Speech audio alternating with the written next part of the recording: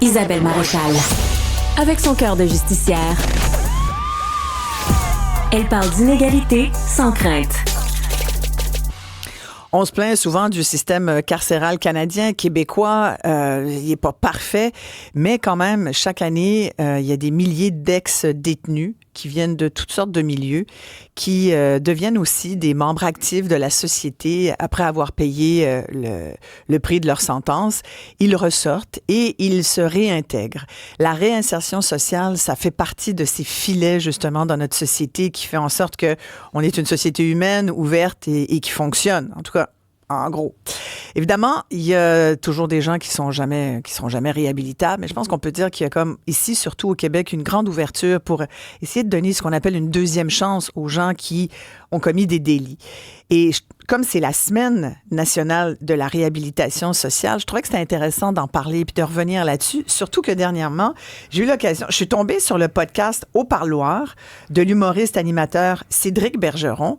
Et j'ai envie de vous en faire connaître. Écoutez un extrait. Je ne sais pas si vous le connaissez. Voici Cédric. J'ai mangé des volets. C'est pas à main nue, là. J'en ai vu du monde là, se faire macheter. Là. C'est comme 3 prisons, un à côté de l'autre. T'as la Oya, la Ita, puis t'as la Méga Oya où j'étais. OK. Puis ça a l'air que c'est des visiteurs qui rentraient, les détenus qui donnaient une machette aux visiteurs, puis les visiteurs qui tuaient un détenu en dedans. À 5-6, là, dessus, à coup de machette, là. Ça, là-dessus... Tu t'es fait manger la laine sur le dos. Souvent, ouais. Puis, Fallait que je me défende, mais tu sais, souvent, je me suis ramassé, ils m'ont repété l'épaule une couple de fois, là. Je me fasse réopérer, moi, à cause de ça, là. il n'y a pas eu de moment, genre, calme, où, qu'à un moment donné, ils ont fait comme, que c'est un de la gang, là, il était avec nous autres, puis il fait son chiffre, là. Jamais, là. Jamais. T'as toujours été on the side, solo. Man, c'est de la survie every fucking day. Ouais. Et ça, vous entendez. Bon, alors, c'est Cédric qui interviewe un ancien détenu.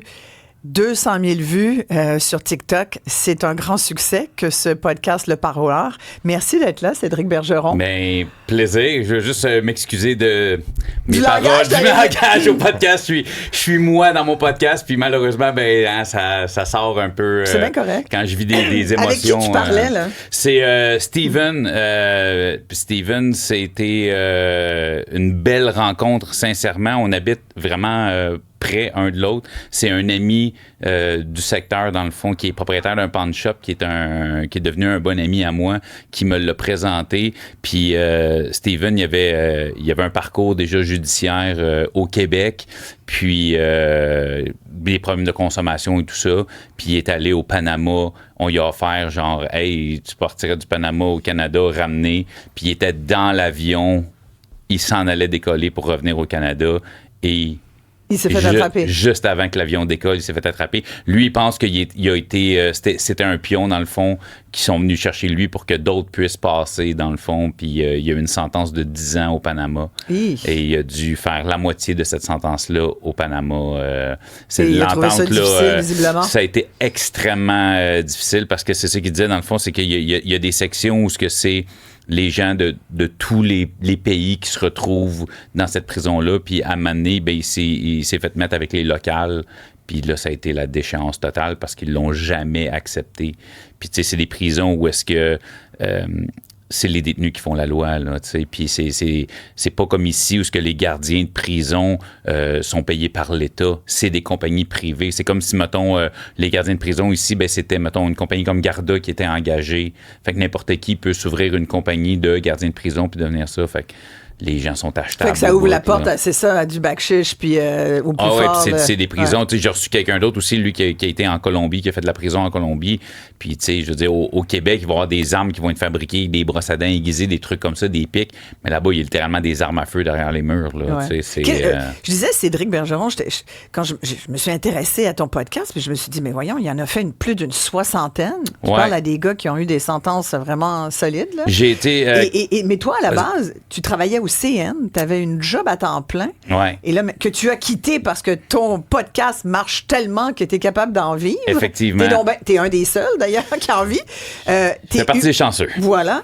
Qu'est-ce qui t'a intéressé à la base d'interviewer de ce genre de personnages plus grands que nature, souvent. Je vais essayer de faire une histoire assez courte. Donc, tu sais, moi, je suis humoriste depuis 6 ans. Mon rêve de petit cul, là, c'était de devenir humoriste à 37 ans. J'ai décidé que j'allais essayer ce rêve-là. Ça allait quand même bien. Je frayais mon petit chemin.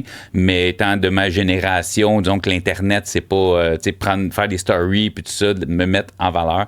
Fait que j'ai dû m'en faire ce que tout bon humoriste fait au Québec. Je vais me partir un podcast. J'ai rendu à 43 aujourd'hui. Donc, non, mais je me suis dit, tu sais, que c'est pas en moi de faire des trucs, des stories, des trucs comme TikTok, ça. Mais aujourd'hui, oui, c'est ça. Je le suis devenu. Mais tu sais, je me suis dit à la base. T'es meilleur que moi sur TikTok, je te le confirme. Mais je me suis dit, je vais partir un podcast, de la visibilité sur le web. Puis c'est drôle parce qu'on en parlait, moi et Daniel, mon premier invité, un duplex que j'ai acheté. Donc, j'ai l'idée de partir un podcast. J'ai pas l'idée du podcast encore. J'achète un duplex, le locataire du bas, Jean-Louis Lévesque, 80 ans, sentence vie, meurtre premier degré. Et à chaque mois, je vais chercher, tu sais, il me paye cash, son petit loyer à chaque mois, pas de virement, tu sais. Puis il me raconte son histoire un petit peu à chaque mois. Puis j'étais comme moi, je trouve ça hyper intéressant. J'ai demandé, viendrais-tu raconter ça derrière un micro, une caméra? Dans ma tête, je dis, je vais faire peut-être une dizaine d'épisodes sur l'univers carcéral. Je connais assez de gens qui y ont été puis qui sont plus dans le milieu. Puis finalement, on est rendu à 60 épisodes. C'est incroyable. Et tu parles de Daniel, c'est Daniel Benson, porte-parole de la Semaine nationale de la réhabilitation sociale. C'est cette semaine, bien sûr. Merci d'être là, Daniel. On se connaît depuis très longtemps. Conférencier, tu fais de l'intervention psychosociale aussi auprès de la clientèle judiciarisée. Tu es conseiller en intervention à la mission Old Brewery. Tu es porte-parole de cette semaine, d'ailleurs, de la réhabilitation. Toi, t'es l'exemple parfait, Daniel. Je sais pas si du gars réhabilité, en tout cas. Du gars réhabilité. À ce niveau-là, oui. Rappelons ton histoire rapidement. Moi, mes parents ont divorcé, j'avais 9 ans. Ma mère s'est remariée avec un autre homme qui s'est avéré un homme violent. Très violent. Et moi, quand j'étais petit, tu sais, quand on parle aux enfants, les enfants, si tu es un adulte signifiant, ils vont croire ce que tu dis. Puis moi, quand mes parents ont divorcé, il y a une de mes grand-mères qui m'a dit, t'es l'homme de la maison. Donc, t'es responsable. De protéger ta mère. Et j'ai grandi avec ça et avec le sentiment de l'impuissance devant ça aussi. Et ça a dégénéré quand j'avais 18 ans. J'ai confronté cet homme-là. Qui venait de varloper ta mère solide. Et malheureusement, je l'ai tué. Puis j'ai été condamné à la prison à perpétuité avec un minimum de 25 ans de prison. Et tu avais 18 ans. 18 ans. Si tu avais eu un an de moins, tu aurais été au juvénile. En DPJ, ils m'ont regardé 5 ans, puis je suis ressorti. Mais tu as fait tout ton temps, là. Oui, j'ai fait 17 ans de pénitencier. Ouais. Comment c'est, le pénitencier, 17 ans? Comment ça forme le caractère? Comment tu as trouvé ça? Ça forme le caractère parce que, tu sais, moi, j'étais pas quelqu'un de... C'est bizarre de dire ça, de violent. C'est le seul geste violent que j'ai posé dans ma vie. Par contre, tu sais, tu arrives dans un univers... Moi, je suis arrivé à l'établissement Archambault en octobre 82, donc quelques mois après l'émeute, qui a été l'émeute la plus sanglante au pays. C'est un endroit extrêmement violent à l'époque. Je me souviens, ça faisait 3-4 mois que j'étais là, puis un gars qui s'est fait donner un coup de barre de fer sur la tête, le crâne a fendu, puis le cerveau a sorti. Quand j'ai vu ça, j'ai dit, OK, moi, je ne sortirai pas d'ici vivant. Donc, ça a été... Les 5 premières années ont été extrêmement difficiles. Tu longes les murs, là. Oui, puis je pensais au suicide tous les soirs. Est-ce que c'est ce soir que je mets un terme à ça? Puis c'était pas de mettre un terme à la sentence que j'avais à faire, c'est de mettre un terme avec ce que je traînais avec moi, la mort de quelqu'un. Parce que malgré que cet homme-là a eu ces gestes-là avec ma mère, il n'était pas seulement quelqu'un de violent, il était le fils de quelqu'un, le frère de quelqu'un. Donc, il n'était pas juste ça dans la vie. Et enlever la vie de quelqu'un, ça ne se répare pas. Puis moi, je fais de l'intervention psychosociale avec des gens fuckés depuis presque 25 ans. Puis c'est un petit peu pour redonner à la société. Parce que quand j'aide quelqu'un qui réussit à s'en sortir, j'ai l'impression que je contribue d'une façon positive à la société. Donc, j'essaie d'équilibrer la balance de ma vie, mais j'y arriverai, je pense, jamais. Oui, mais en tout cas, tu donnes. J'essaie de faire mon possible. Et puis, tu as aussi des gens qui ont des sentences à vie, là. Qui ont donc plus d'espoir de sortir, ou en tout cas... ils ont toujours un espoir de sortir, mais avec les changements législatifs qu'il y a eu dans les dernières années, maintenant, il faut que tu fasses le 25 ans, là, minimalement, avant d'être éligible à une libération conditionnelle.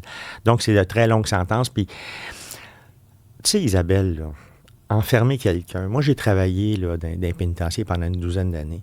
Entre autres, au pénitencier de Joliette avec les femmes. La grande majorité des femmes que j'accompagnais qui avaient tué un conjoint violent. Après 5-6 ans, ces femmes-là sont plus dangereuses, mais on les garde en prison pendant 10, 15, 20 ans. Parce que la loi est comme ça. Donc, je pense que, tu sais, il faut qu'on ait une réflexion parce que... Puis je comprends les gens, tu sais, qui ont un sentiment de peur puis de dire c'est dégueulasse de faire ça. Oui, c'est vrai, ils ont raison. Mais par contre, l'être humain qui a posé ce geste-là, puis moi, c'est toujours ça que je pense, même avec les personnes en situation d'itinérance avec qui je travaille aujourd'hui. Quand je rencontre quelqu'un, je me dis toujours, cet homme-là ou cette femme-là était un beau petit bébé qui sentait bon. Ouais. Puis malheureusement, la vie a mis sur sa route des embûches, des gros cailloux, et il est rendu là aujourd'hui. Mais il vient de la même place que tout le monde. Évidemment, tu sais, je disais, c'est pas tout le monde qui peut être réhabilité. Toi, est-ce que tu en es venu à penser que finalement, on est quand même capable de réhabiliter le plus grand nombre? Moi, je pense que tous les êtres humains qui aient le parcours qu'ils voudront ont la capacité intrinsèque de se reprendre leur place en société. Mais ça prend... Il y en a qui n'y arrivent pas. Daniel, il y en a qui ne veulent pas, il y en a qui ne font pas l'effort. C'est rare, Isabelle. C'est sûr, je c'est trouve une qu'il y a un minorité, effort. heureusement. Écoute, Moi, tu sais, du monde, dès que t'es sort, première affaire qu'ils font, ils vont violer une enfant. Tu sais, il y a des cas dans l'actualité en ce moment. Ben, tu sais, il faut faire des distinctions. Parce que, tu sais, comme la déviance sexuelle, un déviant sexuel doit toujours rester un déviant sexuel. S'il n'est pas pris en charge puis il n'est pas entouré convenablement, ben ça se peut qu'il récidive. Mais malheureusement... Fait que pourquoi on le sort? Bon, on sort. Si la personne a été condamnée à 10 ans de pénitencier, après 10 ans, légalement, il faut le mettre dehors. On n'a pas le choix. On peut pas garder les gens indéfiniment en prison. Mais on peut mettre autour d'eux, par contre, des balises pour les protéger. Si je peux me permettre, ben c'est ça par rapport à ce que tu dis. Je vais sûrement nommer un nom qui va te sonner des cloches, René Pétillon. Donc, tu sais, René qui est venu à mon podcast, puis René a eu... Je me souviens pas de ses premières sentences, mais c'est un gars qui a fait du in and out, in and out, in and out, in and out toute sa vie. Puis... Ce qu'on appelle les portes tournantes, là. Ben exactement, ça a été... Puis il y a même des moments où, tu sais, il me racontait dans l'épisode que, tu sais, il a été par choix. Même à un moment donné, c'était comme quasiment « Hey, ça va mal dehors, tout ça. Je vais aller en dedans faire de l'argent. » Parce qu'il arrivait plus facilement à faire de l'argent en dedans que dehors. Puis, ben non, mais il pognait un petit chiffre, fait qu'il... Je vais y aller avec le terme, il se pluguait. Puis il allait... Pogner un chiffre, là, ça veut dire faire un temps? Faire un temps, une c'est sentence, ça. Faire une sentence. Fait que, tu sais, il pognait une petite sentence. Il rentrait bien rempli, si on peut dire. Il se pluguait, donc... Il vendait de la dope en dedans? C'est ça. Fait qu'il rentrait plein, donc se pluguer... Faut que tu traduises, Cédric. Se pluguer... Moi, je comprends très bien. C'est ça. Bon, ben, il y a certains orifices qui sont faits pour évacuer. Ben, lui, il les remplissait avant de rentrer. Donc, le terme se pluguer, c'est ça. C'est donc, ça, se pluguer. Tu te plugues. Puis c'est ça, il a totalisé plusieurs années. Il est ressorti, puis il a fini avec une sentence vie pour double meurtre. Puis malgré toutes les sentences qu'il a faites, puis quand il a eu sa sentence vie, ça a pris 12 ans, je pense, de sa sentence vie avant qu'il y ait un déclic de réhabilitation qui se fasse dans son cerveau. Et aujourd'hui? Aujourd'hui, écoute, c'est un gars qui a travaillé justement... Moi, j'ai fait du temps avec René. Ah ouais? J'ai travaillé avec lui. Donc, c'est un gars qui est totalement réhabilité. Tu pourrais pas croire qu'il a fait ça. Mais il a tué 2 personnes? Oui. Ouais. Ben, il y a tué 2 personnes. Toxique. Exactement. Tu sais, il faut mettre le contexte, là, tu sais, quand il y a des choses qui arrivent. Je peux comprendre qu'il y a des gens qui vont dire, ouais, c'est lui qui s'est drogué. Oui, OK, mais s'il y avait une dépendance, les dépendances, c'est difficile à gérer. Puis, tu sais, il faut pas oublier que, tu sais, tu dis les gens retournent en prison. Moi, je travaille là, avec des personnes en situation d'itinérance. Il y en a le tiers, peut-être plus que ça, qui ont été en prison. Bien, la manière que ça fonctionne, Isabelle, là, le gars ou la fille s'en va en prison. Il ressort de prison, il est dans la rue. Donc, il est dans la rue, donc il va survivre. Puis pour survivre, ben ça se peut qu'il commette d'autres délits. Donc, il va retourner en prison, qu'il va ressortir de prison, qu'il va retourner dans la rue, qu'il va retourner en prison.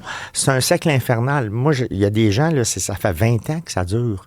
Mais ils arrivent dehors, ils ont pratiquement pas d'aide. J'avais lu qu'il y a le tiers des itinérants qui ont déjà fait du temps. Oui. Si c'est pas plus. C'est beaucoup, si c'est pas plus. Si c'est pas plus. Parce que, tu sais, je veux dire, tu sors, puis fort heureusement, tu sais, c'est la semaine, justement, de réhabilitation. Puis, tu sais, moi, ça a été, tous les deux, on a une grosse semaine bien occupée.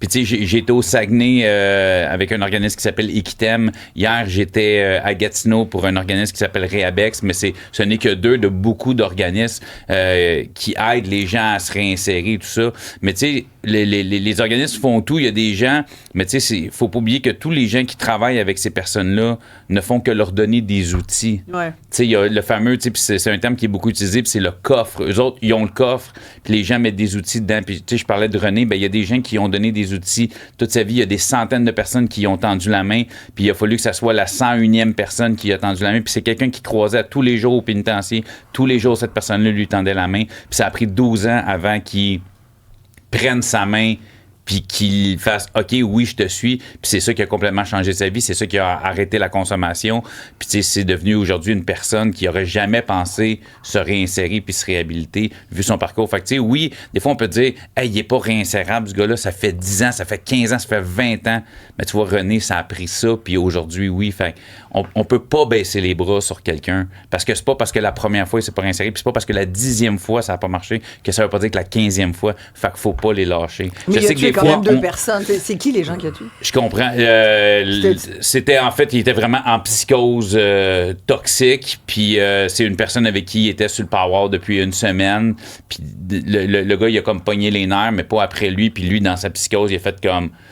Il veut m'attaquer, puis il s'est comme défendu dans sa psychose, puis il a poignardé cette personne-là. Et une autre aussi? Puis c'est parce qu'il y a quelqu'un qui est rentré dans l'appartement, qui était la personne qui apportait la drogue, qui est rentré pendant que tout ça se passait. Et la deuxième personne, il n'y en a aucun souvenir. Il y a des flashs du premier, il n'y a aucun souvenir de la deuxième personne. Parce que, oui, vas-y, Daniel. Parce que j'ai un exemple très concret. Tu sais, moi, j'ai accompagné un gars en prison, puis c'est un gars super brillant, intelligent, mais il revenait tout le temps en prison. Puis, tu sais, des fois, il y a un élément dans ta vie, quelque part, qui fait que tu es révolté contre le système, contre la société. Et à un moment donné, ce gars-là m'a fait une confidence. Il dit, je vais te dire quelque chose, mais je ne veux pas que tu le dises à personne. Ce gars-là avait subi des agressions sexuelles quand il était jeune. Ouais, et ça l'a révolté contre les systèmes, contre la société. Et j'ai trouvé, à un moment donné, un organisme qui s'occupe des hommes qui ont subi des agressions sexuelles. Il n'y en a pas beaucoup, là. J'ai trouvé un organisme, je l'ai mis en lien... Il y a beaucoup d'hommes qui en ont vécu, mais pas beaucoup de services pour eux, c'est ça? Exactement. Donc, je l'ai mis en lien avec cet organisme-là. Il a commencé un suivi avec eux autres. Il n'est jamais retourné en prison. On avait trouvé le problème. Pour arrêter le cercle infernal. Puis lui, il a décidé de l'adresser aussi. Ouais. Donc, Puis ça a été, tu sais, il me faisait confiance, donc il m'a fait une confidence. C'est comme ça que ça a commencé. Puis je me souviens, il est sorti de prison, puis il m'a rappelé 3-4 ans plus tard, puis il m'a dit, Daniel, il dit, c'est fini. Je suis passé à autre chose. Je vais bien aujourd'hui. Ouais. J'ai un auditeur là, qui est un agent de correction à Donnacona. Il dit, moi, j'en connais pas beaucoup qui sont réhabilitables là-dedans, je peux vous le dire. Ben, qu'est-ce que vous dites, Cédric et Daniel? Écoutez, là, les gens de Donnacona, là, c'est un maximum. Donc, c'est des gens qui sont souvent qui purgent une longue sentence. Est-ce qu'il a raison de dire ça? Il est agent correctionnel à Donnacona. Là. Ben, il doit avoir là, des c'est sûr, des Donnacona, c'est un maximum. Ça fait que tu vois pas des gens se réhabiliter à Donnacona. Il faut qu'ils passent après ça dans un médium, après ça dans un minimum. Mais il y en a. Mais c'est sûr que quelqu'un qui travaille... Moi, j'ai travaillé au super maximum. À Sainte-Anne-des-Plaines. Il y en a 2 au Canada.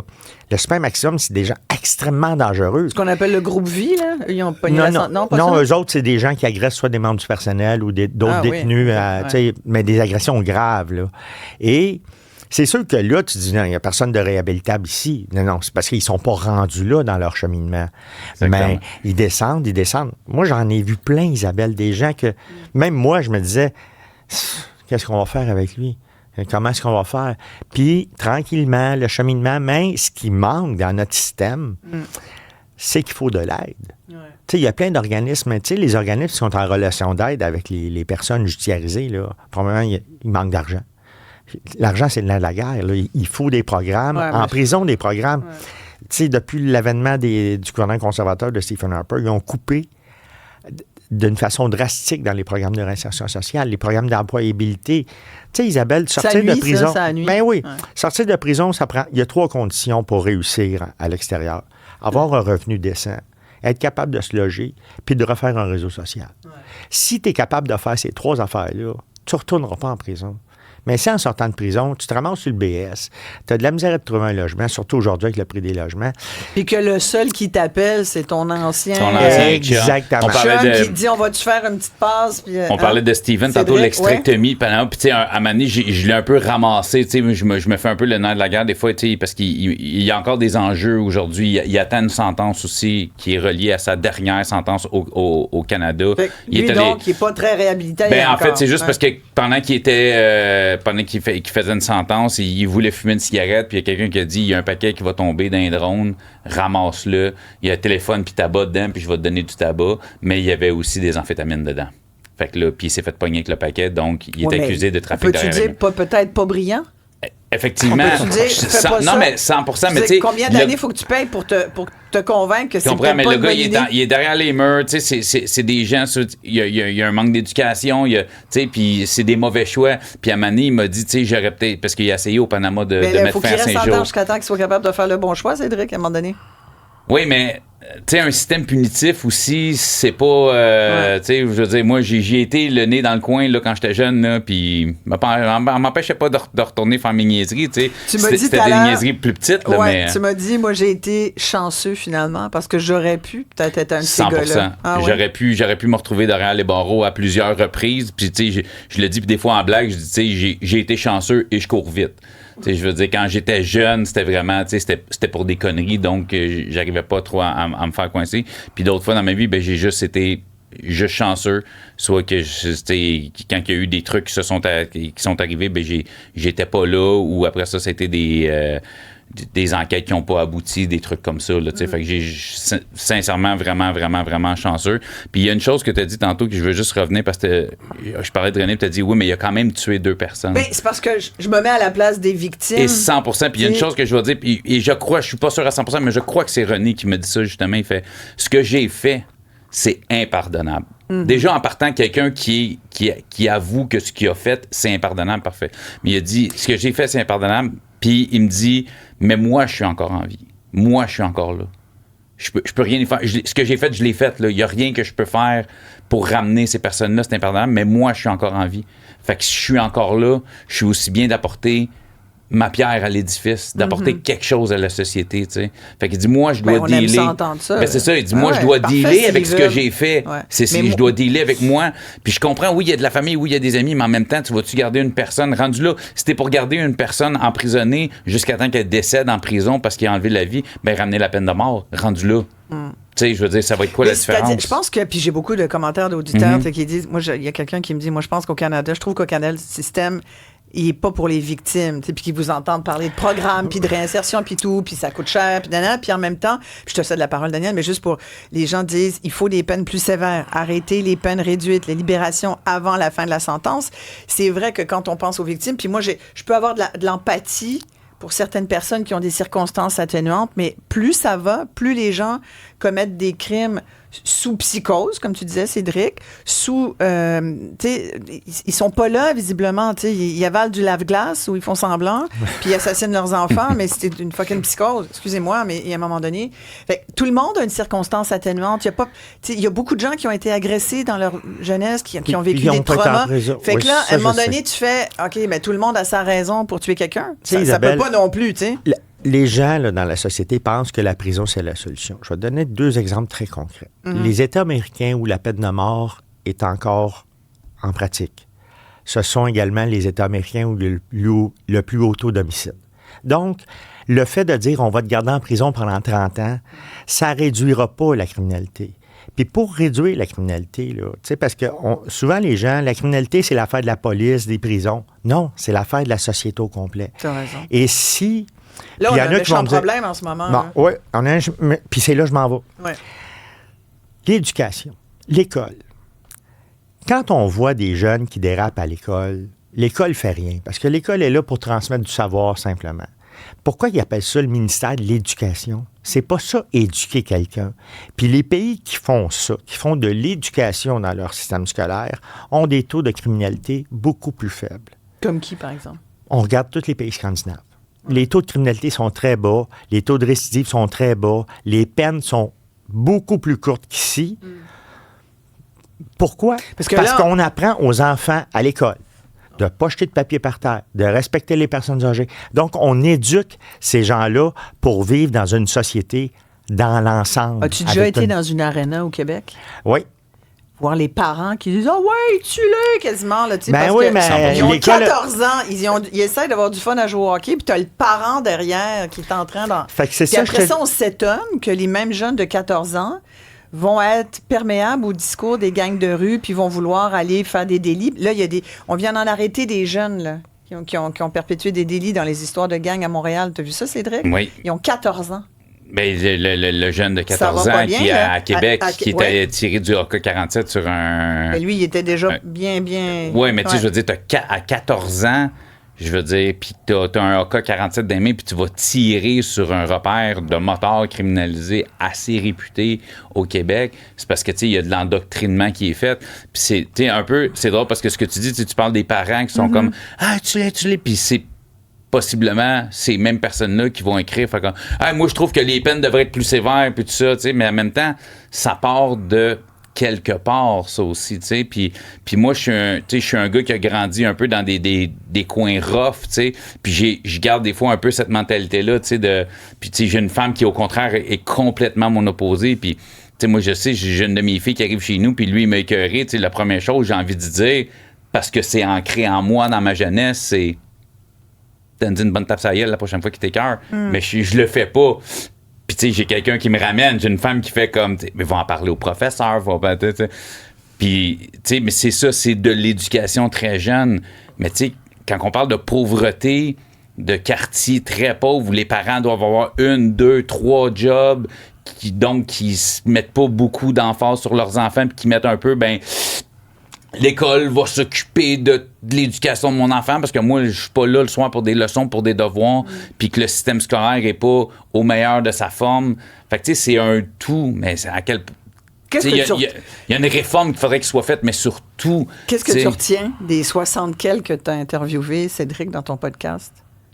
La réinsertion est possible. La réinsertion, ça existe. Et les gens... Puis, oui, il y a des circonstances, puis, tu sais, je te l'accorde, mais tu sais, moi, quand j'ai une petite fille qui vient... Il y a une fille de 20 ans qui vient à mon podcast, puis qui me dit, moi, à 12 ans, je me suis retrouvé en DPJ parce que mon père était en train de tuer ma mère, puis c'est moi qui ai sauvé ma mère parce que mon père était en train de l'étrangler. Je me suis retrouvé dans un centre jeunesse. Ça ressemble à l'histoire de Daniel? Ben, c'est ça, puis elle a juste sauté sur son père, fait comme, hey, tu sais, mais son père était un trafiquant, sa mère était prostituée, toxicomane, et elle s'est retrouvée dans un centre jeunesse. Pas en famille d'accueil, elle s'est retrouvée dans un centre jeunesse à l'âge de 12 ans. Elle a fugué le centre jeunesse. Elle s'est fait avoir par des gangs de rue. Elle s'est retrouvée dans un motel à l'âge de 13 ans à Toronto, à se faire passer dessus par des clients pendant 8 mois de temps.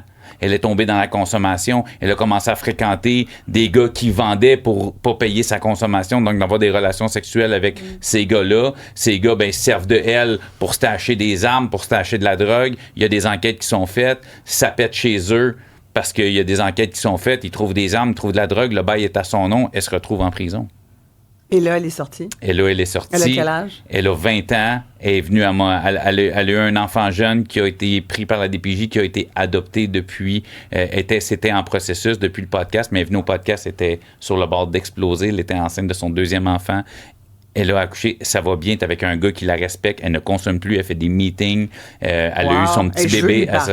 Ça me ferait plaisir de te mettre en contact avec elle, vraiment. Fait que tu sais, quand tu dis ça, tu fais comme, oui, OK, elle s'est retrouvée en prison. Mais c'est terrible ce que tu décris, parce que, on mais parlait ça tout à l'heure existe. avec une avocate de la DPJ, mais il y en a tellement. Ben, mais Isabelle, t'imagines, à 20 ans, puis la criminalité féminine est différente de la masculine, mais on voit quand même une augmentation de la criminalité. En ce moment, on en parle beaucoup. La police fait des arrestations, en tout cas, essaye de... Mais ça reste de la grosse misère, pareil. Oui, mais tu sais, la criminalité est en chute libre au Canada, là. On pense qu'il y a plus de crimes parce qu'on entend plus parler. Mais depuis 20 ans, la criminalité est à descend au Canada. Tous les types de criminalité? Tous les types de criminalité. Puis, il me semblait que les voies de fait avaient augmenté, non? Oui, mais ça, on décortique. Là, les crimes sont plus violents. Il y en a moins, mais je trouve sont plus violents qu'ils l'étaient. T'sais. Puis avec les réseaux sociaux aujourd'hui, c'est parce qu'on est plus au courant de tout ce qui se passe. Ouais. Je veux dire, avant, on savait pas ce qui se passait à Vancouver. Puis je veux dire, s'il y a des coups de feu qui étaient à Montréal, ça arrivait. Puis oui, on entend beaucoup parler de coups de feu, mais je veux dire, il n'y a pas plus tant que ça de décès ou de meurtres tant que ça qui sont causés. C'est juste que oui, la criminalité baisse, mais les crimes sont plus violents, Ben, malheureusement. En ce moment, il y a un effet gang de rue. Là, 100%. ça, c'est clair. Là. Il n'y a pas une semaine où on ne retrouve pas quelqu'un quelque part dans son char brûlé. Ou, Malheureusement. C'est quand même... Parce que, tu sais, des exemples de réinsertion sociale, il y en a plein. Mais ces gens-là, là, ils veulent pas se montrer sur la place publique parce qu'il va y avoir des enjeux au niveau de leur emploi, au niveau du logement, au niveau de plein d'enjeux. Donc, ils veulent pas se montrer. Donc, la seule chose que les gens voient, c'est ceux qui récidivent, puis c'est les crimes. Mais ceux qui réussissent, puis c'est la majorité des gens là, qui réussissent, qui se réinsèrent, mais on les voit pas. Tu sais, il y a 800 000 Québécois qui ont un casier judiciaire, Isabelle. Ça veut dire que tu en rencontres un à tous les jours qui a un casier judiciaire. C'est ça. Ouais.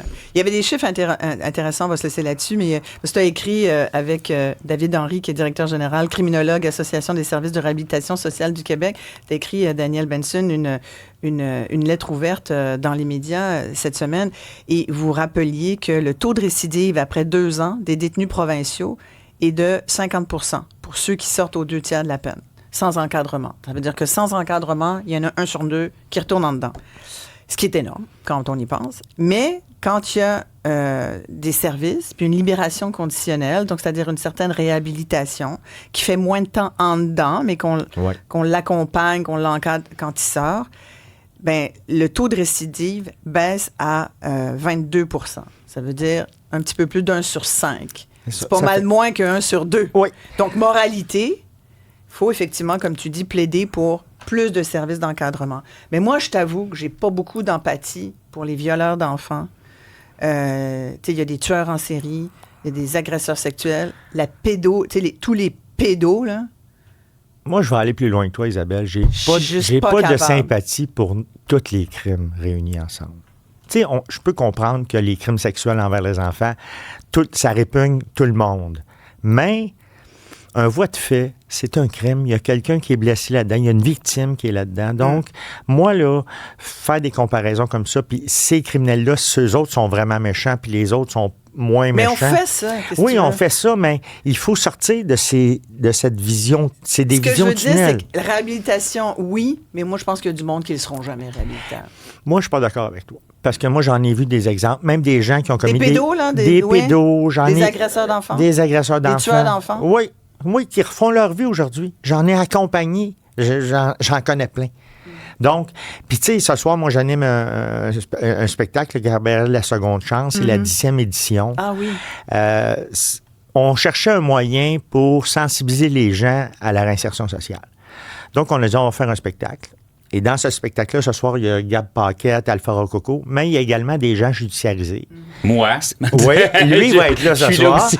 Donc, c'est pour démontrer aux gens que sur un stage, la personne qui chante, qui danse, qui fait de l'humour, c'est une personne qui chante, qui danse, qui fait de l'humour. C'est pas quelqu'un qui est en prison. Okay. Donc, c'est pour démontrer ça. Puis j'invite les gens à venir ce soir au Théâtre Jésus. Oui, Théâtre Jésus à 19h30. Il reste encore quelques billets.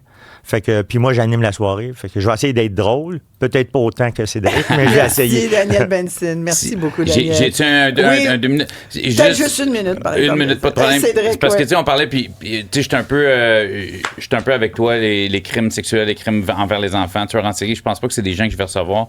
Mais cette semaine, justement, au Saguenay, je n'ai fait un devant le public avec Iquitem. Puis c'est un homme qui a été condamné pour de la violence conjugale. Ouais. Il a été très violent avec conjointe, avec enfant. Puis aujourd'hui, il est capable de venir nous en parler. Puis il a appris. Ouais. Il y a des psychologues, puis il a compris pourquoi aujourd'hui. T'sais. Mais je veux dire, si ça arrive, il y a un homme qui a subi de la violence, puis qui l'a fait. Ouais. Fait que, tu sais, je me dis, oui, tout est réhabilitable. Moi, à quel point est-ce que je serais capable de converser avec une personne comme ça? Il faudrait que ça soit peut-être un crime qui a été vraiment il y a longtemps, puis quelqu'un qui a vraiment évolué, puis qui serait capable de m'apporter toutes les preuves qu'il est réinséré à 100%. Mais moi, je veux y parler. Écoute, moi, je veux parler à tous. C'est fascinant. Effectivement. Je veux savoir, qu'est-ce qui se passe dans la tête. Moi, j'ai reçu une jeune femme qui est le seul crime sexuel que j'ai reçu, c'est une jeune femme qui, à l'âge de 21 ans, qui étudiait pour être professeur, a couché avec un de ses étudiants de 16 ans. À 3 reprises, puis elle a fait de la prison pour ça. 16-21, c'est légal, mais le fait qu'elle était sa professeure, là, elle a fait de la prison pour ça. Puis je pense que si un homme m'avait écrit dans la même situation, je sais pas si j'avais été capable de le recevoir. Fait que Je suis un peu... je comprends ta mentalité. C'est délicat. Effectivement. C'est délicat. Effectivement, mais je travaille sur moi-même là-dessus parce que j'ai tellement rencontré de monde qu'on s'est dit c'est impossible Ben oui. puis que c'est arrivé. On travaille tous là-dessus, on veut, tu sais, parce qu'on est tous un peu juges finalement de l'autre, tu sais, puis mais en même temps, c'est de démontrer une certaine ouverture, mais c'est pas toujours facile. Puis si les gens veulent connaître un Mais petit c'est peu la plus... semaine pour le faire. Ouais, c'est ça. Puis si les gens veulent un peu plus connaître l'histoire de Daniel, Ah, mais ça, ben l'histoire, bientôt, Daniel au parloir. C'est vrai, vous êtes Ouais, Oh! Est-ce que c'est un peu grâce à moi? Ben, ça fait longtemps, moi, que j'y pense, bon. je connaissais, mais Dis-moi là, oui, c'est ça le premier fait- contact. Oui, on s'est rencontrés Oui, dans ça- la matrice à cause de toi, merci. C'est Isabelle. Voilà. notre première rencontre, donc, mais ça fait longtemps qu'il est sur ma liste, mais bientôt, on va faire ça. Tu contribues à la réhabilitation sociale au Yes. Québec. Écoute, merci Daniel Benson. Cédric Bergeron, vraiment Yes. un plaisir de t'avoir rencontré. Un plaisir Je partagé. rappelle donc le podcast Au Parloir, TikTok et autres. Hein, c'est ça? T'es sur, YouTube, Instagram, je suis voilà. facile à trouver, Spotify en audio, Apple Voilà. Podcast, partout où on peut écouter quelque chose, je suis là. Bon, ben merci beaucoup à tous les deux. Merci Merci à toi. Isabelle.